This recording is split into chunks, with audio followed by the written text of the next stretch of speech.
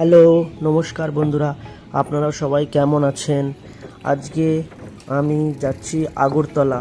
তো আমার জার্নির সাথে আপনারা থাকুন অবশ্যই।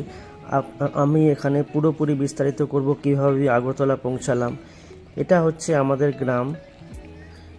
দেখুন গ্রামটা কত সুন্দর। এখানে কত সুন্দর একটা নদী নৌকা বয়ে চলেছে। দেখুন, ভ্রমণ মানেই শুধু দূরে কোথাও চলে যাওয়া নয়, কখনো কখনো নিজের চেনা মাটিতে লুকিয়ে থাকে অজানা গল্প।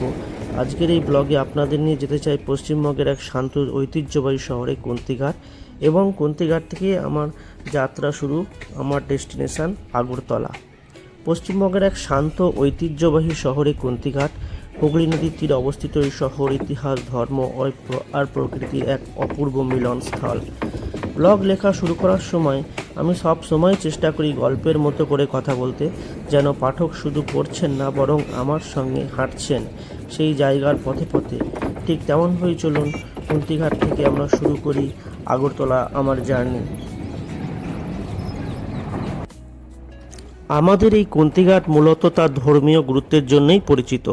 কথিত আছে মহাভারতের চরিত্র মাতা কুন্তি এই স্থানে এসেছিলেন, আর সেই থেকেই এই ঘাটের নাম হয় কুন্তিঘাট।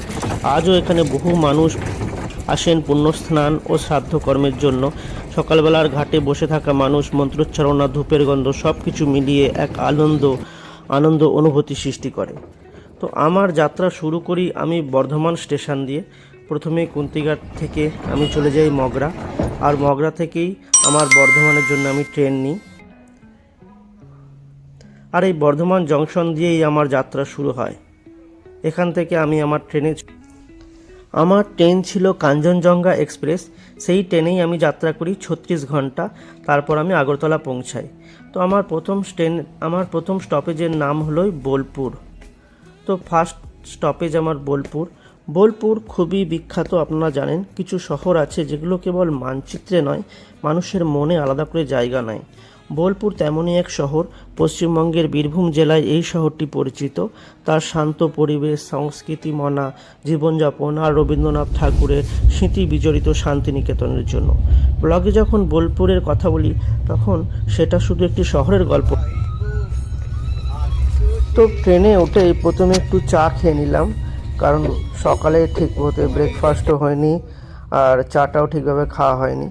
তো একটু চা খেয়ে নিলাম, খুব ভালো লাগলো।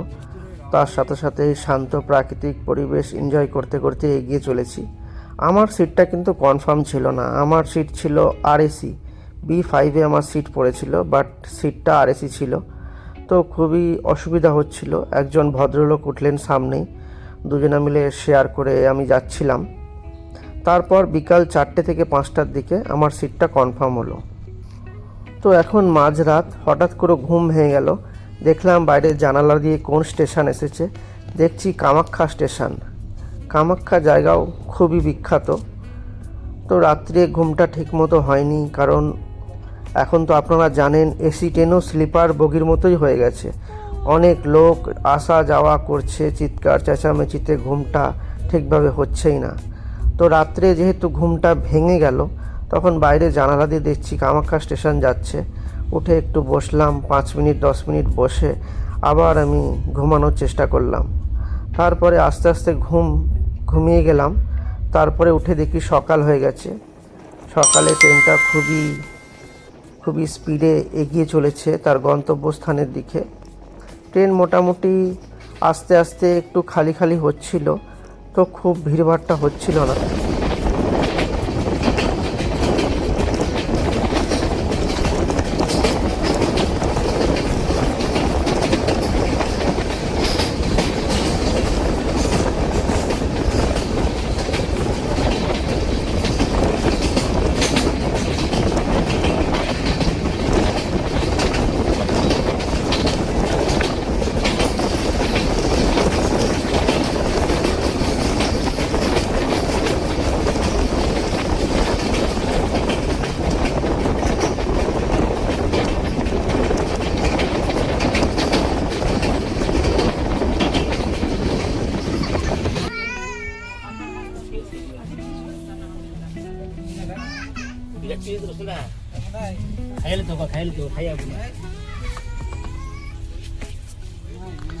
এই ট্রেনটা থেমেছে একটা স্টেশনে, বাইরে দিয়ে দেখার চেষ্টা করছি কোন স্টেশন এটা।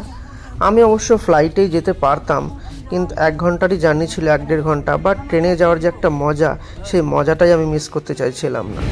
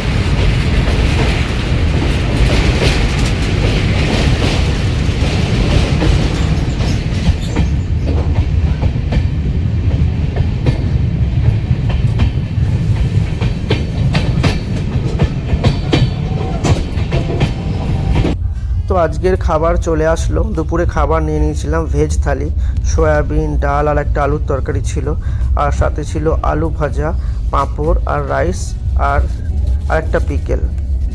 আমি অবশ্য ফার্স্টের দিন বাড়ি থেকেই খাবার নিয়ে এসেছিলাম, কারণ ট্রেনের খাবার আমার একদমই পছন্দ হয় না। খাবার এত বাজে, এত জঘন্যই হয় যে খাওয়া যায় না। এত তো দাম নেয়, বাট কিন্তু খাওয়া যায় না। সেই খাবারটা নিয়ে অর্ধেকটা খেয়ে শেষে ডাস্টবিনেই ফেলে দিতে হয়। তো আজকে খাবারটা নিলাম, খাবারটা মোটামুটি ভালোই ছিল, খাওয়ার মতো ছিল, ঠিকঠাক খাবার ছিল।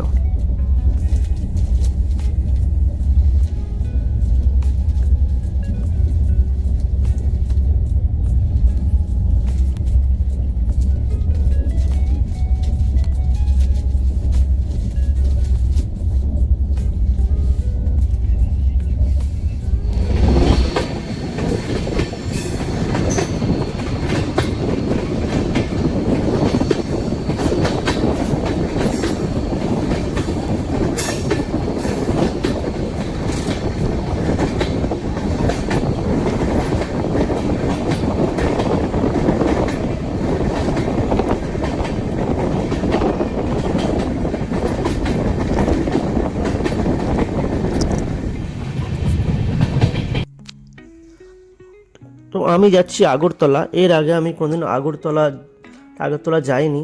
তো আপনাদের বলে দিই আগরতলা সম্বন্ধে। উত্তর ভারতের একটা হৃদয়ে এক ঐতিহ্যবাহী শহর হলো এই আগরতলা। ভারতের উত্তর পূর্ব প্রান্তে অবস্থিত আগরতলা হলো ত্রিপুরা রাজ্যের রাজধানী ও প্রধান শহর। পাহাড়, সবুজ প্রকৃতি আর সমৃদ্ধ ইতিহাসে ঘেরা এই শহরটি তার শান্ত পরিবেশ ও সাংস্কৃতিক বৈচিত্র্যের জন্য পরিচিত। আগরতলা এমন একটা শহর যেখানে আধুনিকতার সঙ্গে ঐতিহ্য সুন্দরভাবে মিশে আছে। আগরতলার ইতিহাস মানেই মাণিক্য রাজবংশ। শহরের অন্যতম প্রধান আকর্ষণ উজ্জয়ন্ত প্রাসাদ, যা একসময় রাজাদের বাসভবন ছিল এবং বর্তমানে একটা জাদুঘর।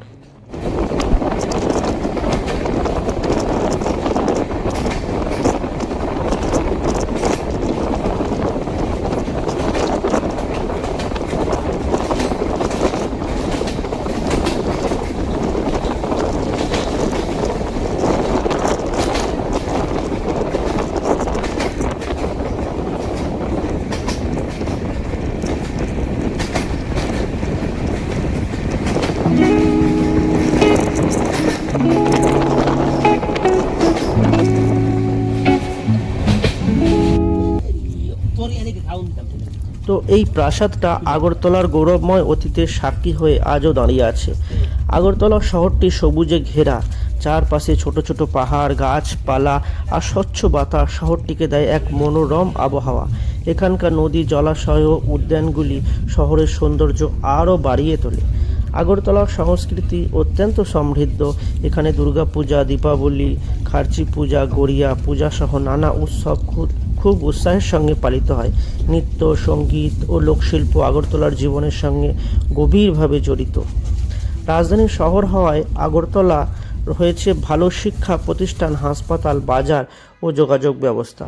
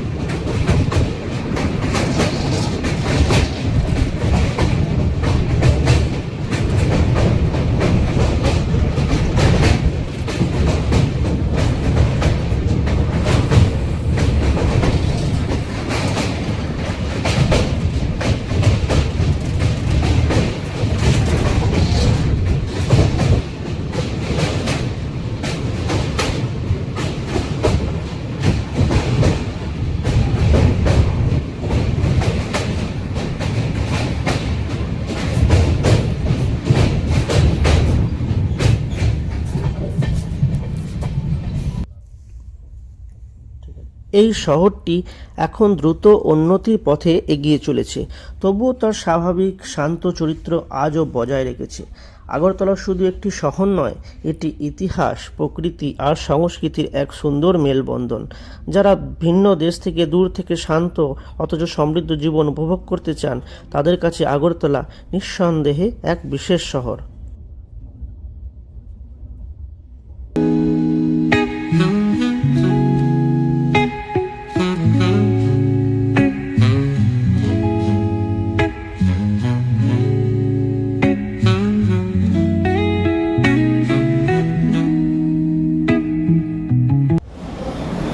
হ্যালো ফ্রেন্ডস, আমি এখন আছি, এটা হচ্ছে নিউ হাফলং। আমি যাচ্ছি আগরতলা, তোমরা জানোই অনেক। এটা হচ্ছে হাফলং স্টেশন। এই যে আমি ট্রেনটা করে যাচ্ছি, এটা হচ্ছে তার ট্রেন। স্টেশনটাও তোমাকে একটু দেখিয়ে দিচ্ছি।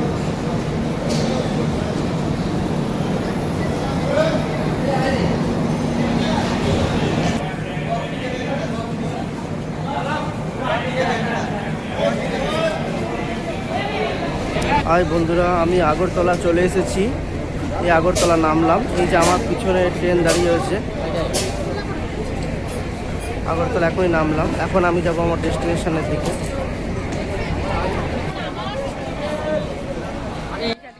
আমি আগরতলা পৌঁছে গেলাম সন্ধে ঠিক 6:30টার সময়। ট্রেনটা 5:30টায় টাইম ছিল, কিন্তু 1 ঘন্টা লেট। স্টেশনে নেমেই স্টেশনের সামনেটা প্রচুর ভিড় ছিল। আমার ড্রাইভার আমাকে গাড়ি নিয়ে নিতে এসেছিলো, তা আমি গাড়িতে চড়ে এবার আমি আমার গন্তব্যস্থানে পৌঁছে গেলাম। সব দিক আমি চারিদিক দেখলাম আর কি। রাস্তাঘাট, পরিবেশ খুবই সুন্দর। এখানকার ভাষা একটু আলাদা, কিন্তু বাঙালি এখানে অনেক আছে। এরা বাংলা ভাষাতেই এরা কথা বলে থাকে, তবে এদের ভাষা একটু ডিফারেন্ট ধরনের, তবে আমরা বুঝতে। তো হাই ফ্রেন্ডস, আমি এখন পৌঁছালাম আমার হোটেলে। আমার রুমটা চলো তোমাদের দেখাচ্ছি। এই যে এখান দিয়ে গেট দিয়ে ঢুকেই এই যে রুমটা।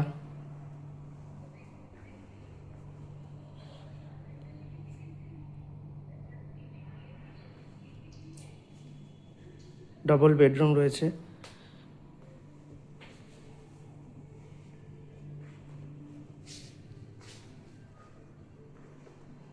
এখানে একটা টেবিল,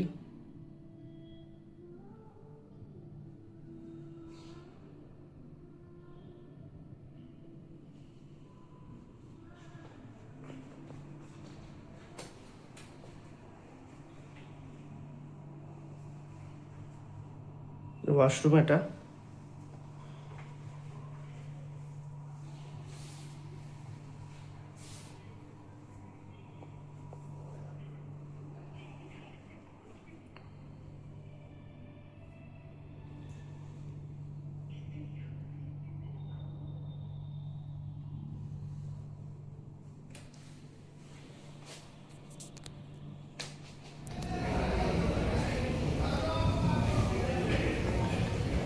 তো এটা রেস্টুরেন্ট ছিল, যেখানে আমি আমার ডিনার সারলাম।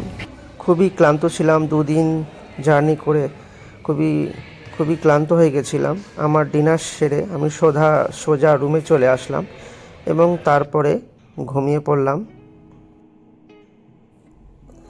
তো আজকের ব্লগটা তোমাদের কেমন লাগলো অবশ্যই জানাও, আর আমার চ্যানেলটাকে সাবস্ক্রাইব করে দিও, লাইক করে দিও।